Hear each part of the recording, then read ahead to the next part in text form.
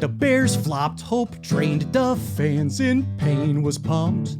Thought Flus was our guy. I'm pretty pissed I fell under his spell. That beard looked too great to deny.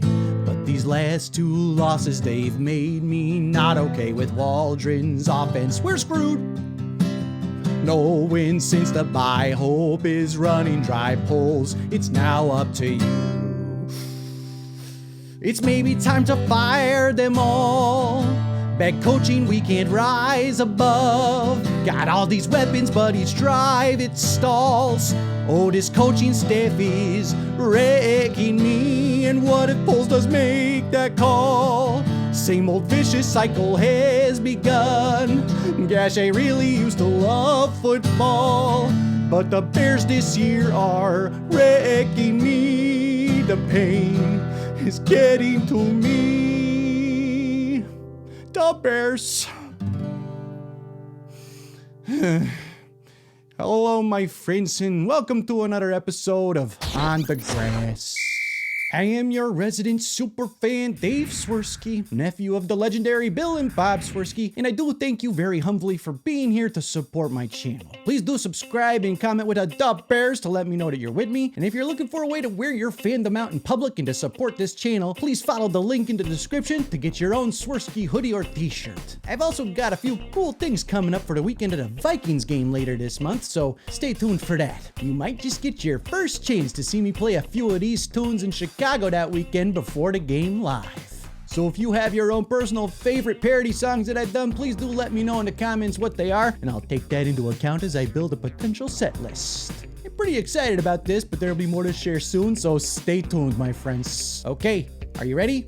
Because here we go. First, let me address my song in what I dubbed my "I'm allowed to feel this way as a fan and overreact Monday depression." To say that it has not seeped into the rest of the week would be a lie, but I'm trying to claw my way back to positivity. And while I openly questioned in that tune whether it was time to fire them all, that clearly is not going to happen, and I truly am not usually the guy to call for people's jobs. Ultimately, I want this team to be great. I want this team to succeed. I felt they were capable this whole time, and deep down, I still believe they have the potential to finish stronger than most will give them credit for being capable of. But I'm exhausted, and we are halfway through.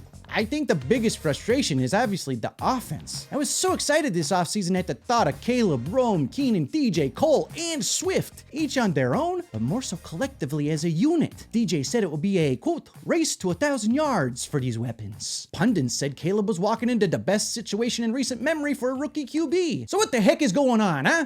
What gives you confidence that after back-to-back losses like that this group has strength? Yeah, it's all going to be about the grass.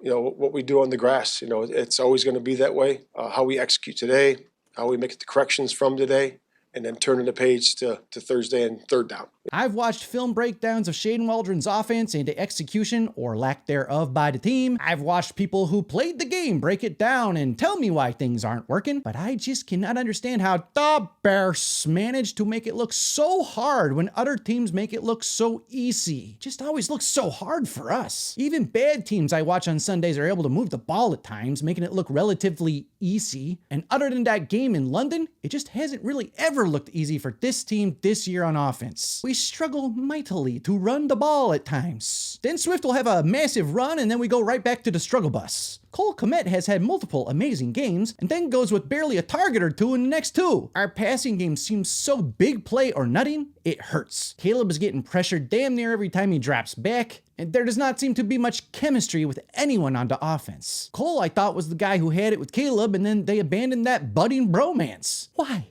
I keep thinking Rome is bound to pop, and he definitely has had some moments in those two big games he's had, but what's going on, huh? Bears. The truth is, I don't know. I'm a gosh darn super fan, and these answers are above my pay grade. What I do know is the coaches are paid handsomely to come up with the answers, and so far, what I have heard in the press conferences is coming up short for me as someone who adores this team and always hopes and believes we will win, even when no one else does. I will tell you, I have this strange feeling that part of the issue is almost too many weapons to choose from, Too many egos to feed, perhaps? I have no knowledge of the inside of that locker room. Again, I'm a freaking fan and that's not my job. But I wonder sometimes if Caleb is almost trying too hard to make sure Keenan and DJ are being fed, rather than just take what the defense gives him and getting the ball out to the first open guy he sees. I love DJ. I bought a jersey of his this year to rep him in my videos. His family is adorable, and he was so much fun to watch through the offseason really become the face of this franchise. But that play where he walked off, hurt or not, it's really hard to watch as a fan. I just don't get it. I don't ever see him go to Caleb and try to work true things. Maybe I'm missing it, but on most broadcasts and replays of game film, that's not what jumps out. I do see Caleb going to the group of visibly frustrated receivers after bad plays, seemingly trying to find a way forward, and I do still personally believe that Rome and Caleb have a very bright future ahead together. Truly, with his size and speed, I would love to see the experiment of making him the main focal point of routes and having DJ run more of that slot underneath stuff. Would that work or fix things? Who freaking knows? But I would like to see them develop their chemistry this year more as it winds on. Shane Waldron's offense just does not seem to be working very well. I had hopes that we were building towards something, but it sure hasn't capitalized since the bye week. I also, on the flip side, can see how blowing things up and firing him would be really hard in Caleb and Rome's first year and potentially a horrible idea. But what do we think is going to happen if we keep losing? It becomes inevitable. We are not very good on offense, and that hurts my superfan heart to say. There are only 4 teams averaging fewer than the Bears' 249.6 yards per game. Caleb's been sacked 3rd most in the league. We rank 23rd in rushing at 111 yards per game. There are not many SWERSKI silver linings to find in this mess, my friends. And I'm not here to tell you how to deal with this, but I will tell you what I intend to do as this year goes on. I am going to keep proudly wearing my orange and blue, and I will make these videos here for you, and I will hope for a brighter future. Now, if we win, and we better, versus the Patriots this weekend, we will extend the home winning streak. We will once again be an over 500 team with 5 total wins. That's close to last year's total of 7, and already better than the tree from the miserable year before that. Well, that's not a ringing endorsement of the Flus and the rest of this coaching staff. Rome wasn't built in a day. Sometimes these things take time, whether we as fans want them to or not. And Caleb already has outperformed most of his position historically in the NFL as the first overall pick in QB coming into the league. So,